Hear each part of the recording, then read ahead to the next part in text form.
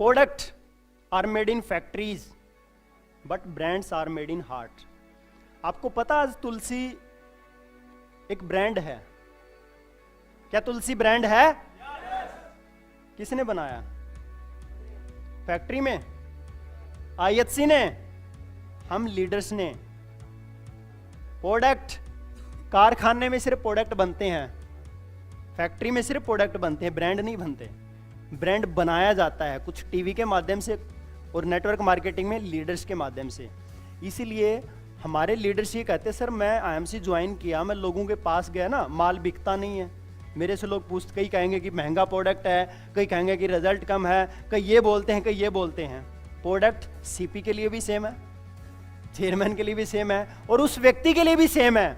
लेकिन एक व्यक्ति को ये सुनने में आता, अब मुझे जो लोग मिलते कहते सर आपका प्रोडक्ट बहुत सस्ता है। मेरे पास एक बारी एक एसोसिएट का व्हाट्सएप पे मैसेज आया, सर मैं एक डॉक्टर के पास गया था और उसने कहा कि आपका प्रोडक्ट 8 गुना महंगा है, सर प्लीज मुझे इसका सॉल्यूशन दें। मैंने उसको 3 शब्दों में लिख दिया, यू नीड ट्रेनिंग। उसने फिर मुझे इतना बड़ा लेटर लिख करके भेजा। क्या लिखा? सर मैं गोल्ड स्टार हूं, मैं फील्ड में सारा दिन भागता हूं, दौड़ धूप करता हूं, मैं खुद ट्रेनिंग लेता हूं लोगों की, और आपने ये कैसे कह दिया कि ये तो आप ने मेरा ईगो हर्ट कर दिया। तो मैंने लिखा इसलिए तो कह रहा हूं कि यू नीड ट्रेनिंग।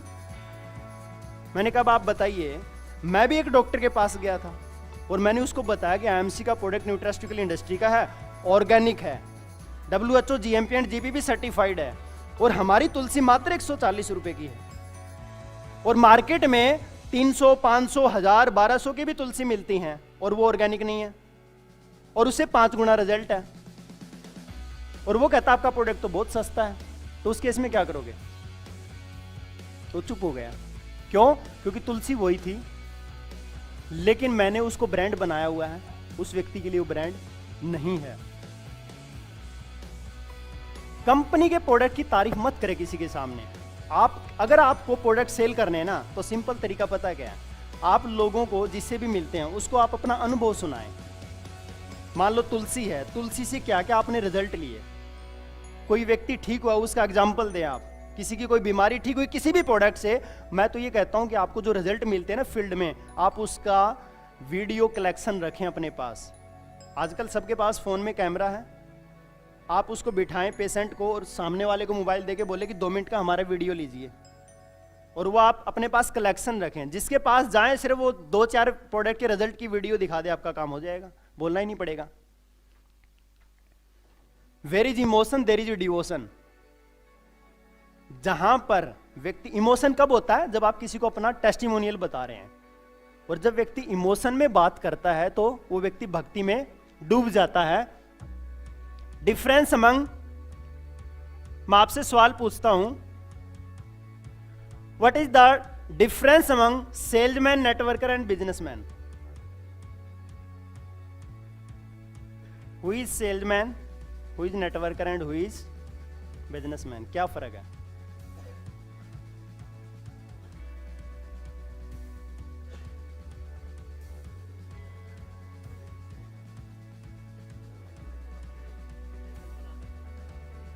समय के भाव में मैं आपको मैं डायरेक्ट बताता हूं। जो व्यक्ति यूजर है, जो व्यक्ति अपने पड़ोसी को, अड़ोसी को, फ्रेंड्स को इसको ज्वाइन करा रहा है, प्रोडक्ट दे रहा है, ही इज ए सेल्समैन।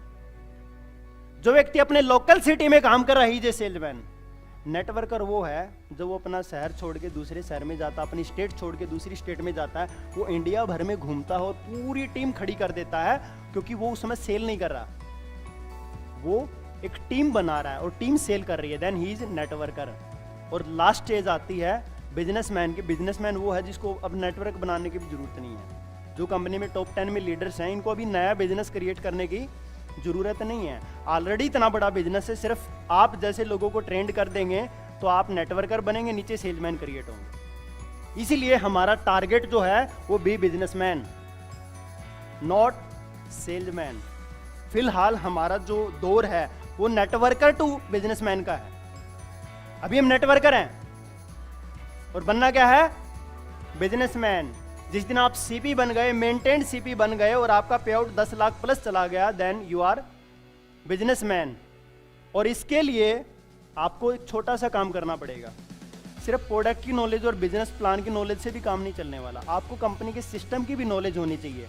आज कोई टीडी खुलता है, कोई आउटलेट खुलता है, तो आप सीपी को फ़ोन मिलाते हैं, चेयरमैन को फ़ोन मिलाते हैं, सारा काम तो प्रोसेस में ही होता है। तो वही प्रोसेस एक एसोसिएट भी कर सकता है। फ़र्क इतना, हमें पता नहीं कहाँ बात करनी है, कहाँ मेल करनी है, किस डिपार्टमेंट में क्या काम होता है। ये एक सिस्टम की नॉलेज आप भी ले सकते हैं, आपको भी एक एक चीज़ का पता होना चाहिए। अब हमें भी क्या करना पड़ता है, आप लोग हमें मेल करते हैं, हम कंपनी में मेल करते हैं, आप डायरेक्ट भी तो कंपनी में मेल कर सकते हैं। इसमें आपका नुकसान है, हमारा कुछ नहीं जाता। आपने मेल की, हमने फॉरवर्ड कर दी, हमारा कुछ नहीं जाता, आपका नुकसान है। क्यों? क्योंकि आप जिस व्यक्ति को टीडी दिलवा रहे हो 10 लाख में, वो व्यक्ति का विश्वास दूर हो जाता आपसे। अच्छा यार, ये बंदा भी आगे किसी से बात कर रहा है, कुछ गड़बड़ तो नहीं है। अगर हमने जब सेंड ऑफ दिलवाई थी ना, तो फोन पे बात करते थे ना, सामने वाला सेंड ऑफ ले लेता था, क्योंकि हमने उसको ये नहीं कहा कि मैं पहले किसी से पूछ के बताता हूं। आपसे अगर कोई बात करे ना, तो उसको ऐसा लगना चाहिए कि आप ही कंपनी का एमडी हो, आपसे ऊपर कोई है ही नहीं जिससे आपको पूछना पड़े। अगर आपने अपनी डाउनलाइन से, अगर आप अपनी डाउनलाइन के सामने अपलाइन को फोन मिला करके कुछ भी पूछते हो, तो आप उसकी नजरों में गिरते हो। ऐसा काम मत करो। आपकी डाउन लाइन को ये लगना चाहिए कि मेरा सब कुछ करता धरता जो है ना, ये है। इस जैसी नॉलेज किसी को नहीं है।